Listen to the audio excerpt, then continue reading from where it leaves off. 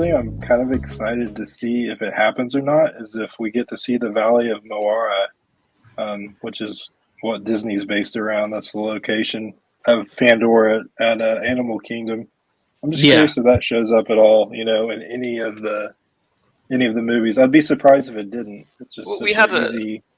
we had someone commenting earlier that canonically, the whole story of Avatar Animal Kingdom takes place way in the future, Yeah. past any of the sequels.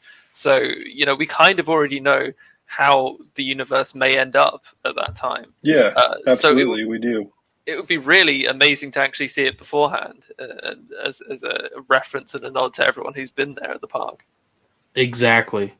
And I believe we will, because if I remember correctly, the whole Flight of Passage ride, I believe it's described as taking you like through the whole Valley of Morar, right? Like you're flying over it. Mm. And when we're on that ride, I mean, I've never been on it, but obviously you see YouTube videos and stuff. Can't wait. You basically go right up to the Metkayina villages and on the beach right there. So I'm like, it kind of seems like it ain't that far away. So we might even see it, in the second movie or something. And we just don't know at the time that that's where eventually, this whole other, the future that we now know of the land and everything, like that area is going to be that. Potentially, because I mean, thanks to the ride, that was the first time we'd ever seen the Metkayina in visual form. And so Yeah. to think that there could be some references in The Way of Water to the valley would be, even if it's just a mention from a member of the clan to say that they have, it's close to them and they have been there and seen its beauty. Even if we don't see it in an actual person in the film, just having those references and that connective tissue there just makes the universe feel much more together and much more whole. Exactly. Kind of like me and Drew, we've talked about that we geek over things like kind of like the DK books, like with the visual dictionaries, but then also like the kind of like the topographical maps where you kind of get a place and a sense of where everything is. So like you said, maybe it's not even something that's really focused on in the movies, but you kind of know, and you'll know it's there. You're like, oh yeah, that's see right there. And then the map will clearly show you like, oh yeah, this whole area right here, this is the Valley of Moara. And you're like, oh yeah, we did see that. It like little things like that. I kind of geek out over.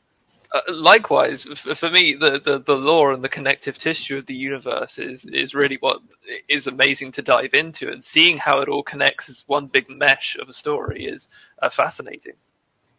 Exactly.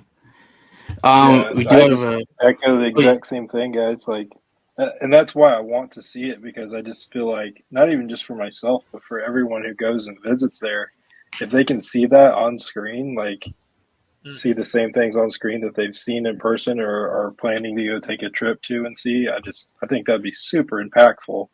Oh, definitely. Well, imagine, somebody who's young coming into this franchise, coming into this community, watching the film, seeing the valley, then actually going to see it in real life. It would be an amazing experience because obviously the imagination and the creativity that goes into creating Pandora is immense. And as a child, as a kid, seeing this, it would spark so much imagination and creativity in them, and would really lead to some amazing things. Exactly. I envy well, not really, but I was like, I joke, I envy my son because he's kind of like that perfect age. He's 10, so he wasn't even born yet when the first one came out. So he's kind of coming into this franchise right now. It's like this is the generation like you're talking about that they're trying to get like this new fresh one where maybe they already just went to see the remaster and they were like, man, this was amazing. They had an amazing theater experience. And not 13 years later, but just a few months later, they get their minds blown again with Avatar 2. And like you're saying, all this connective tissue, you can maybe see it, see it in the movie, like the valley. And then you're like, wow, so you go to the park and it just becomes like where everything starts to cohesively like feed into it. And hey, like, this could be, and especially because we got many sequels to go, this could become their Star Wars in a way, in the sense of like, how so many people are nostalgic on the original trilogy, like, oh, I was there when it was coming out and it was mind blowing, and then you got Empire, and you know what I mean? It could become that. So it just that for generations to come, we kind of like can solidify it with like that generation that's out right now. Well, that's the thing, isn't it? Like, the future of the franchise and the future of the series is with the younger generations and building the community. And at the end of the day, the more the community grows, the better it will be for everyone. And we all benefit from that. And so trying to get the younger generations into this fantastic, diverse and beautiful world through these different methods is amazing in its own right.